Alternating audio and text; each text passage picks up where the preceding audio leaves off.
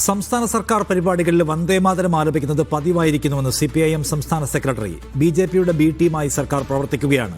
ആരൊക്കെ തമ്മിലാണ് ഡീലെന്ന് ഇപ്പോൾ എല്ലാവർക്കും മനസ്സിലായെന്നും MV ഗോവിന്ദൻ പറഞ്ഞു. പച്ചയായിട്ട് BJPയുമായിട്ട് ബന്ധപ്പെട്ടുകൊണ്ടാണ് കാര്യങ്ങൾ മുഴുവൻ നിർവഹിച്ച് മുന്നോട്ടേക്ക് പോകുന്നത്. കേന്ദ്ര ഗവൺമെന്റിനെതിരായിട്ട് ഒരു അക്ഷരം പറയാൻ ഈ പറയുന്ന നയപ്രഖ്യാപന രേഖയുടെ ഭാഗമായിട്ട് ഗവർണർക്കൊന്നും ഉണ്ടായിരുന്നില്ലല്ലോ, ഇവരവതരിപ്പിച്ചില്ലല്ലോ. അപ്പോൾ കേന്ദ്ര ഗവൺമെൻറ്റിൻ്റെ അവഗണന ഒരു വളരെ വ്യക്തമായിട്ടുള്ള ഒരു കാര്യമാണ്. അത് പറയാൻ അവർക്ക് ധൈര്യമില്ല. അപ്പോൾ BJPയുമായി ചേർന്ന് മുമ്പോട്ടേക്ക് പോകുന്ന അതിൻ്റെ ഒരു രണ്ടാം ടീം അല്ലെങ്കിൽ ഒരു ബി ടീം പോലെ പ്രവർത്തിക്കാനാണ് UDF നീങ്ങുന്നത് എന്നിപ്പോൾ വ്യക്തമാക്കപ്പെട്ടിട്ടുണ്ട്. അതിൻ്റെ പ്രകടിതമായ രൂപമാണ് ഇപ്പോൾ വന്ദേ ഭാരതം പാടുന്ന സ്ഥിതി വരെ ഉണ്ടായത്. ശരി, സമീർ കൂടുതൽ വിവരങ്ങളുമായി ചേരുന്നു. സമീർ, എന്തൊക്കെ പ്രധാനപ്പെട്ട വിഷയങ്ങളിലാണ് സർക്കാരിനെ വിമർശിക്കുന്നത്, ആക്രമിക്കുന്നത് CPM സെക്രട്ടറി?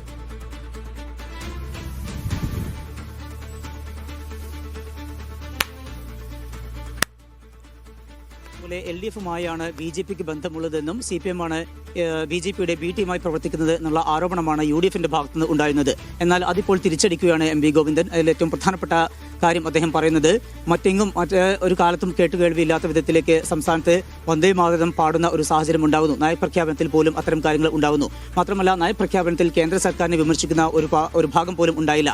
കേന്ദ്ര സർക്കാർ കേരളത്തോട് എപ്പോഴും അവഗണന മാത്രമാണ് നടത്തുന്നത്. സാമ്പത്തികമായി ഞെരിക്കുന്ന സാഹചര്യമാണ് ഉണ്ടായിട്ടുള്ളത്. പക്ഷേ അത്തരമൊരു വേളയിൽ പോലും ഒരു വിമർശനപരമായിട്ട് കേന്ദ്ര സർക്കാരിനെ വിമർശിക്കുന്ന ഒരു വരി പോലും ഉണ്ടാകുന്നില്ല.